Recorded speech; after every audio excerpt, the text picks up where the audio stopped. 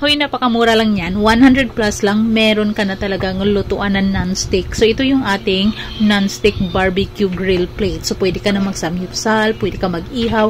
At ang kagandahan, kahit sa loob pa ng kwarto, pwedeng-pwede dahil hindi po siya, like wala pong usok. Yes, lalo na kung ngayon di ba nagre-renta kadalasan ng mga tao, nahihirapan tayo dahil yung mga kapitbahay natin nagagalit dahil mausok or walang lugar sa labas ng bahay, lalo na kung maulan, wala tayong choice kundi sa loob lang ng bahay magluluto.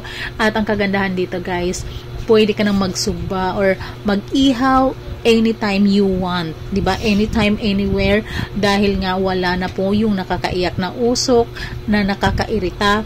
At madali lang din talaga siyang linisan dahil non-stick po yan. Maganda yung quality. Tumatagal talaga yung mga ganyang quality, guys. Kaya ano pang hinihintay ninyo? Click nyo na yung yellow basket para maka-order kayo. Mabilis lang din talaga ang delivery niya.